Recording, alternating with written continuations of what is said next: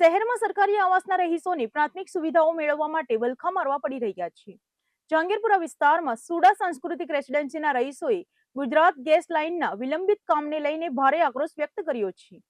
3 મહિનાની સમયમર્યાદા હોવા છતાં કામ અધૂરું રહેતા અને રસ્તાઓ ખોદેલી હાલતમાં હોવાથી ચોમાસા પૂર્વ રહીશોમાં ચિંતા વધી છે। સુરત મહાનગરપાલિકા અને સુડા દ્વારા બનાવવામાં આવતા આવાસોમાં હજુ પણ પ્રાથમિક સુવિધાઓનો અભાવ જોવા મળી રહ્યો છે। જહાંગીરપુરા સ્થિત સુડા સાંસ્કૃતિક રેસિડેન્સીમાં ગેસ કનેક્શનની સુવિધા ન મળતા રહીશો મુશ્કેલીમાં મુકાયા છે। રહીશોએ ઘણા સમય પહેલા ગુજરાત ગેસ કંપનીમાં ફોર્મ ભર્યા હોવા છતાં ગેસ લાઇનનું કામ અધ્ધરતાલ છે। રહેવાસીઓના જણાવ્યા મુજબ ગેસ કંપનીએ જે કોન્ટ્રાક્ટરને કામ સોંપ્યું હતું તેને 3 મહિનામાં આ પ્રોજેક્ટ પૂર્ણ કરવાનો હતો। શરૂઆતમાં કામગીરી પૂરજોશમાં ચાલી હતી, પરંતુ ત્યારબાદ છેલ્લા 1.5 મહિનાથી કામકાજ ઠપ થઈ ગયું છે। કોન્ટ્રાક્ટર દ્વારા મજૂરોની અછત હોવાનું બહાનું કાઢીને કામ અટકાવી દેવામાં આવ્યું હોવાનો રહીશોએ આક્ષેપો કર્યા છે। હાલમાં સોસાયટીના રસ્તાઓ ગેસ લાઇન નાખવા માટે ખોદી નાખવામાં આવ્યા છે। હવે જ્યારે ચોમાસું માથે છે ત્યારે આ ખોદકામ રહીશો માટે મોટી મુસીબત બની શકે છે। વરસાદી પાણી ભરાતા કાદવ કીચડ અને ગંદકીના કારણે લોકોનું ચાલવું પણ મુશ્કેલ બનશે તેવી ભીતિ રહીશોએ વ્યક્ત કરી છે।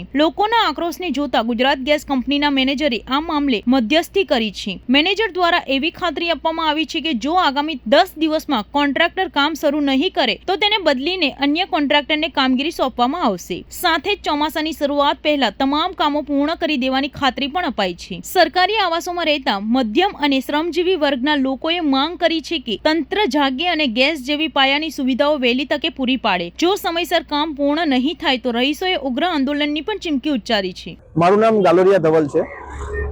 શું રજૂઆત લઈને અહીંયા આવ્યા છે? હાલ ગેસ બાબતની કામગીરી બાબત ઘણું બધું લેટ કામકાજ થયું છે ગેસ લાઇન બાબતનું। એ બાબતે અમે ગુજરાત ગેસના અધિકારીઓને મળવા આવ્યા હતા અને અરજી આપવા આવ્યા હતા। કઈ જગ્યાએ રહેવાનું છે, ક્યાં કામ ચાલી રહ્યું છે? અમારું સુડા સંસ્કૃતિ જહાંગીરાબાદમાં રહેવાનું અને ડિસેમ્બરથી કન્ટિન્યુ કામકાજ હાથમાં લીધેલું, પણ હાલ અત્યાર સુધી પણ કામગીરી ખાલી ખોદકામ બાબતની પણ પૂર્ણ થયેલ નથી। કેટલા લોકોને તકલીફ ત્યાં પડી રહી છે?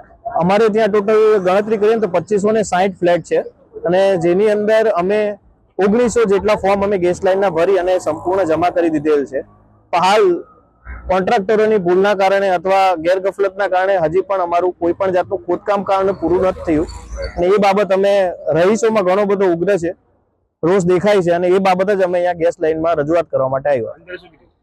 અંદર અમારી અધિકારીઓ સાથે વાત થઈ અને છેલ્લા 10 દિવસમાં આવનારા 10 દિવસમાં કામ પૂર્ણ કરવાની બાંહેધરી આપેલ છે અને આજે અથવા કાલ સવારથી જ કામગીરી અને મજૂર વધારવાની પણ પરમિશન આપી છે અને બાંહેધરી આપી છે। કઈ રીતે ગેસની તકલીફ પડી રહી છે?